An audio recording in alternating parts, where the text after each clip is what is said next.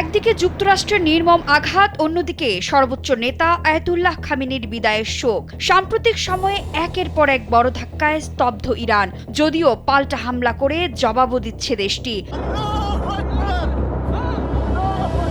তবে আন্তর্জাতিক গণমাধ্যমগুলোর খবর অনুযায়ী একের পর এক হামলায় দেশটির ভেতরে যখন ধ্বংসস্তূপ আর হাহাকার, ঠিক তখনই বিশ্বকে এক মানবতার অনন্য নজির দেখালো তেহরান। নিজের চরম সংকটেও মানবতার হাত বাড়াতে ভোলেনি তেহরান। আর তাই তো ভূমিকম্পে বেঁচে যাওয়া মানুষদের জন্য ইরানের পাঠানো মানবিক সহায়তা পেল ভেনেজুয়েলা। খবর প্রেস টিভির।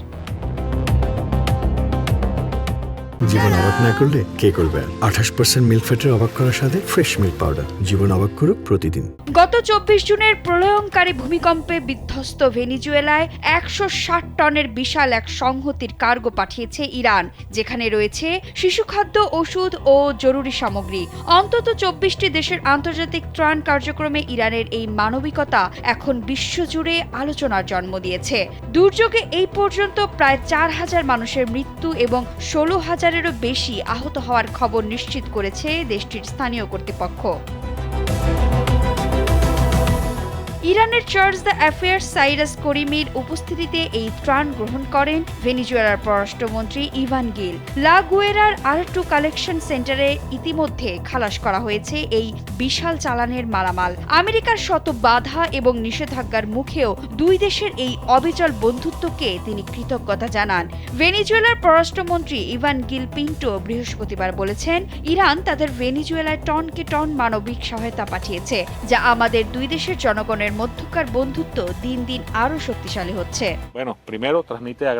বলিভারিয়ান সরকার, ভেনেজুয়েলার জনগণ এবং ভারপ্রাপ্ত রাষ্ট্রপতি ডেলসি রদ্রিগেজের পক্ষ থেকে আমরা ইরানের প্রেসিডেন্ট মাসুদ পেজেশকিয়ান, পররাষ্ট্রমন্ত্রী সৈয়দ আব্বাস আরাগচি এবং ভেনেজুয়েলায় নিযুক্ত ইরানের চার্জ দ্য অ্যাফেয়ার্স সাইরাস করিমির প্রতি আমাদের আন্তরিক কৃতজ্ঞতা প্রকাশ করছি, জরুরি এই মুহূর্তে আমাদের দেশের পাশে দাঁড়িয়ে অসাধারণ সাড়া দেওয়ার জন্য।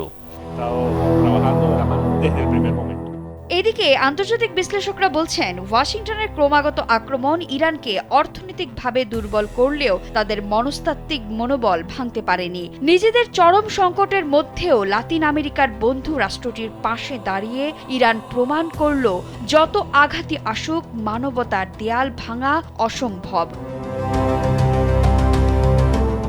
গত 24 জুন সন্ধ্যায় ভেনেজুয়েলার 7.2 এবং 7.5 মাত্রার এই জোড়া ভূমিকম্পের ফলে উপদ্রুত এলাকায় ব্যাপক ক্ষয়ক্ষতি এবং প্রাণহানি ঘটে এবং হাজার হাজার মানুষ গৃহহীন হয়ে পড়ে। ভেনেজুয়েলার সরকারি হিসাব মতে এই ভয়াবহ ভূমিকম্পে ইতিমধ্যে 3889 জন নিহত এবং 16,740 জন আহত হয়েছেন। উদ্ধার করা সম্ভব হয়েছে 6,462 জনকে।